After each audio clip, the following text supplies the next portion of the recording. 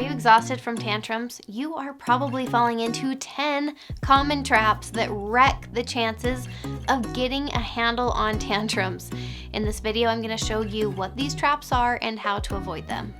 The first trap that will definitely lead you to feeling exhausted is being reactive instead of proactive. This is incredibly draining. If we are simply putting out fires, reacting to every single thing that happens throughout the day, which with a toddler, they are coming at you like every 10 seconds, by the end of the day, you're toast.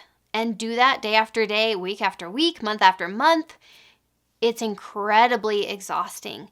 We need to be proactive, meaning if there's something that's really a pain point right now, if tantrums, for instance, are feeling very hard and seem to just be happening a lot, it's time to be proactive. It's time to gather some information, make a plan, commit to that plan, and start to really put your focus on that. It will be incredibly helpful for you to stop feeling like you are constantly being faced with a ton of problems or dilemmas where you're feeling very stressed out because you are trying on the fly to figure out what to do. The second trap is not having decisions made ahead of time. What are you going to say yes to? What are you going to say no to? Our child is constantly coming to us with questions, or there are constantly situations happening where we feel the need to make a decision. Are we allowing this? Are we not allowing this? Do I let them have one more treat? Should I turn the TV off now, or do I let them watch another 10 minutes? There are constant decisions that we are faced with. How are we going to discipline? What are going to be the consequences of these behaviors that are happening? When we are faced with these decisions all day long, it leads to decision fatigue. So of course you would be exhausted. When it comes to tantrums, just know, what are the boundaries here? We acknowledge the feeling, we give the boundary, and then we give the choice. What are those boundaries?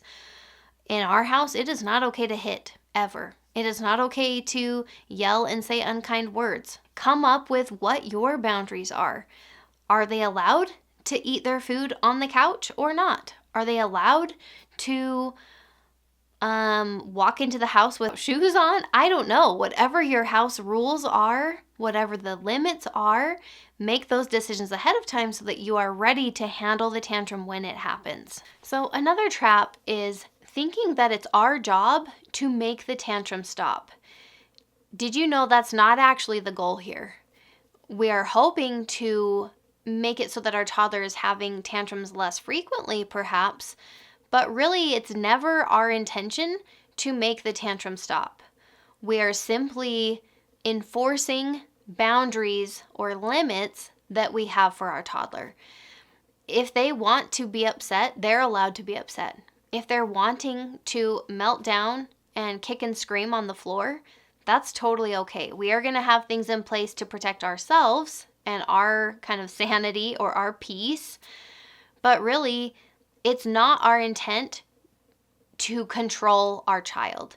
If you're trying to do that, it does become very exhausting because we can't. We can't control what they're doing. We can't control what they're saying. So it probably is feeling like this never-ending struggle because we're never gonna get that control. We're never gonna be able to stop what we want to stop. If you can kind of just remind yourself that it's not our job to do that, you're gonna feel a lot more peace about whatever your toddler is doing. And you're not going to, I don't know how to say this, like you're not gonna wear yourself out trying to make the tantrum stop. Another trap that a lot of parents fall into is not prioritizing their toddler's sleep. I talk about this a lot because it's so important. If your child is tired, they will have more tantrums. And so we are just kind of sabotaging ourselves if we are not providing ample opportunities to sleep.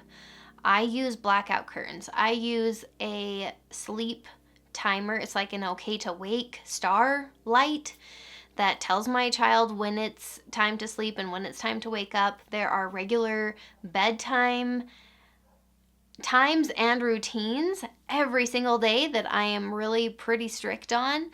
My toddler is 4 years old. He still occasionally is napping. I give him that opportunity every single day, whether he wants to or not. And those things are really important to creating the best possible chance of your toddler being able to manage their emotions and handle the day. It's just easy to forget that your toddler needs a lot of sleep. And if they're not getting enough sleep, you are going to be seeing some behaviors coming from that. So if you're feeling exhausted, take a look at your toddler's sleep and make sure that they're getting enough of it. The next trap that I'm sure we've all fallen into at some point is worrying about what other people think. When our child is having a tantrum in public, especially, or even like around family or anywhere, really, anywhere with other people around, it's really easy to fall into the trap of being so worried about what everyone else is thinking that we will go against the plan. We will kind of break protocol and give in or do these other things. I've talked about mistakes that make tantrums worse. I'll link that. We've really discussed things that are not going to be helpful during tantrums. And if we're so worried about what other people think, we are likely to do those other things.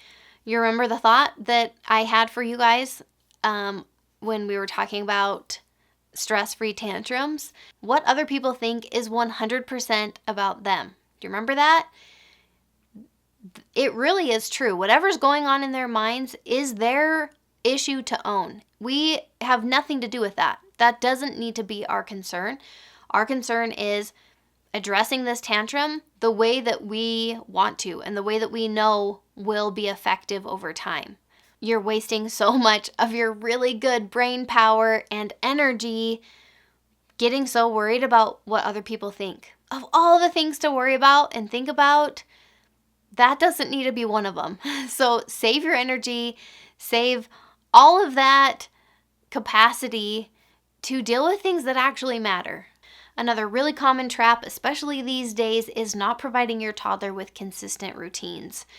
Your child needs that predictability. They need to know what to count on.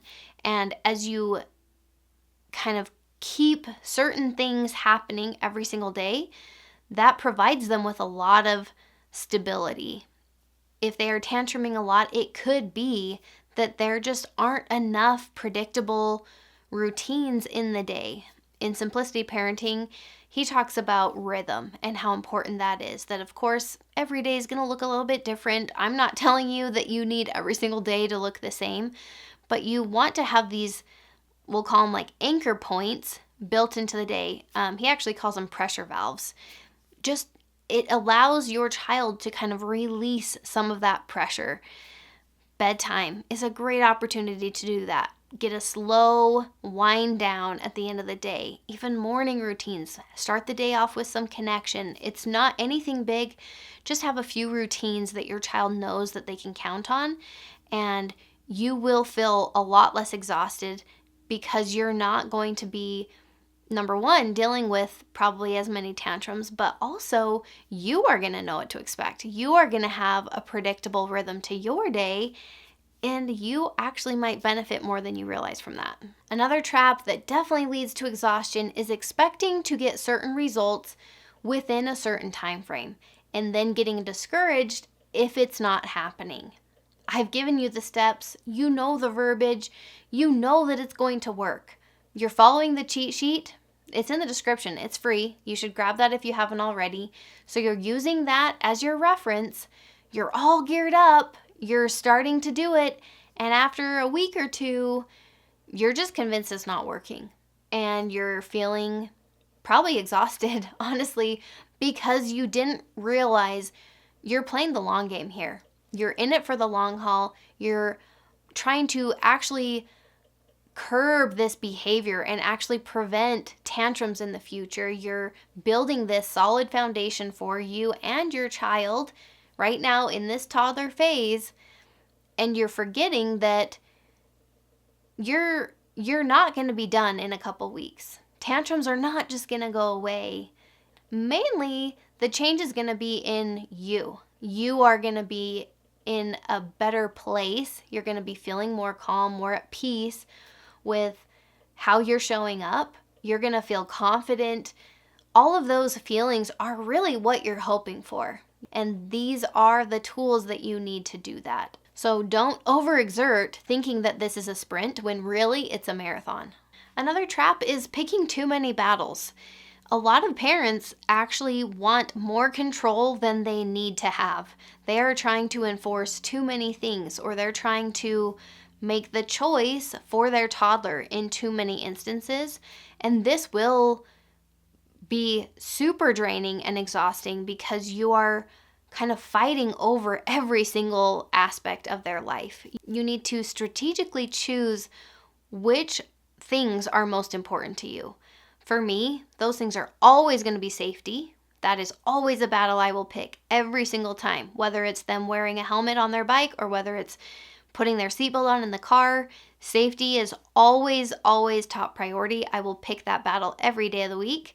The other one for me is health or hygiene. I will pick those battles. That is important to me. Those are habits that I want them to have. I feel responsible while they're this young for making sure that they are, their body is getting what they need. But then other than that, for me, it's really kindness and respect are probably what everything, the last kind of bucket maybe that everything falls into. There are so many things that I just let it slide. I do not have preferences on what my child wears. I let my toddler dress himself. I am okay if he's jumping on his bed because that's just not a battle I choose to pick. If you do, that's totally fine. But if you're finding that you're so worn down and dealing with so many tantrums, you might want to make sure that you're not falling into this trap, because it's easy as the parent to think, oh, well, I should have control over everything, or I should have a say over everything. And we might need to just give some of that control back to our toddler for everybody's sake. Another trap that you might be falling into and definitely feeling exhausted from is taking the easy way out, because really what you're doing is shooting yourself in the foot. If we are not following our plan, so let's say you have watched these videos, you're wanting to implement the ABCs, and you start kind of falling into the trap of just taking the easy way out, meaning maybe you're giving in to the tantrum, maybe you're just giving them what they want, or maybe you are freaking out and yelling and just trying to get them to stop as quickly as possible. Whatever it is, if you're taking the easy way out and you know it's the easy way out, that will lead to even more tantrums, even more exhaustion for you. It's worth the investment to continue following through and doing the things for the tantrum that you know will work. All those things will work. You just need to give it time. The last trap worth mentioning is not taking enough breaks from your toddler.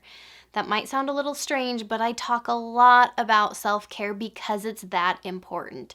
You will feel so exhausted and so burnt out if you're getting swallowed up in parenting.